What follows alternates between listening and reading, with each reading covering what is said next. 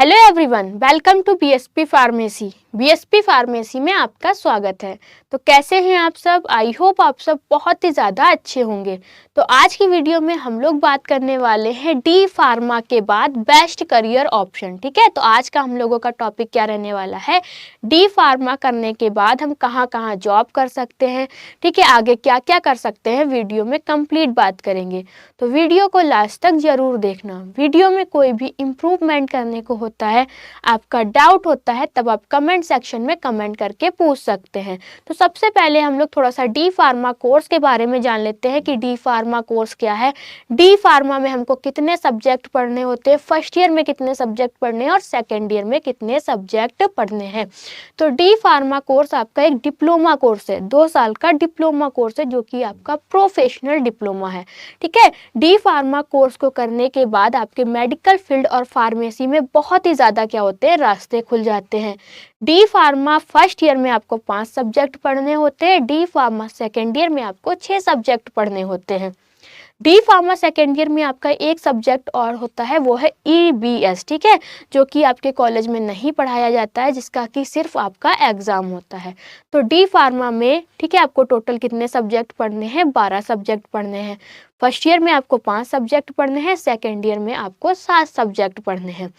अब सबसे पहले अब डी फार्मा कोर्स को करने के बाद, जैसे कि आपने डी फार्मा कोर्स अपना कंप्लीट कर लिया, उसके बाद आपको क्या होगा, लाइसेंस मिलता है। और लाइसेंस मिलने के बाद आप एक रजिस्टर्ड फार्मासिस्ट बन जाते हैं, मतलब कि आपको रजिस्ट्रेशन मिलता है। रजिस्ट्रेशन मिलने के बाद आप एक रजिस्टर्ड फार्मासिस्ट कहलाने लगते हैं, एक रजिस्टर्ड फार्मासिस्ट हो जाते हैं।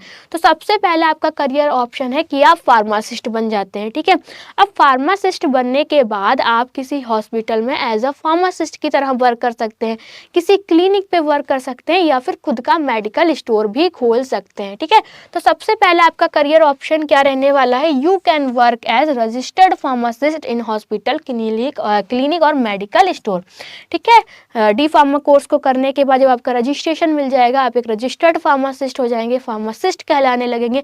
जब आप फार्मासिस्ट बन जाएंगे तो कहीं हॉस्पिटल में फार्मासिस्ट की तरह वर्क कर सकते हैं, क्लिनिक पे वर्क कर सकते हैं, और सबसे बड़ा फायदा क्या है, आप खुद का मेडिकल स्टोर भी खोल सकते हैं। अगर आप खुद का मेडिकल स्टोर खोल लें, एक अच्छी एरिया में खोल रहे हैं, तो आपकी जो मंथली सैलरी रहती है वो क्या हो सकती है, 20,000 से लेके 40,000 रुपये आपको सैलरी मिल सकती है। मतलब कि आपके घर पे 20,000 से लेके 40,000 तक आ सकते हैं, या फिर इससे ज़्यादा भी हो जाएंगे। तो सबसे पहला आपका करियर ऑप्शन क्या रहने वाला है, फार्मासिस्ट बन जाते हैं। फार्मासिस्ट बनने के बाद हॉस्पिटल में एज अ फार्मासिस्ट की तरह वर्क कर सकते हैं, किसी क्लिनिक पे वर्क कर सकते हैं, या फिर नहीं करना चाहते तो खुद का मेडिकल स्टोर भी खोल सकते हैं। अब दूसरा करियर ऑप्शन क्या रहने वाला है, MR की जॉब कर सकते हैं। ये MR क्या है, मेडिकल रिप्रेजेंटेटिव। ठीक है, MR क्या है, मेडिकल रिप्रेजेंटेटिव। MR का काम क्या होता है, promote medicine and product of pharma companies to doctors. ठीक है, क्या काम होता है, promote medicine and product of pharma companies to doctor. MR का काम होता है, जो भी आपकी मेडिसिन है, जो भी फार्मा प्रोडक्ट है, उसको डॉक्टर के पास ले जाएगा, उसकी अच्छाइयाँ बुराइयाँ बताएगा कि इसमें ये अच्छाई है, ये बुराई है। ठीक है, मतलब कि कोई भी आपका फार्मा प्रोडक्ट है या फिर मेडिसिन है, उसका क्या करता है, उसको प्रमोट करता है। ये काम किसका होता है, MR का होता है।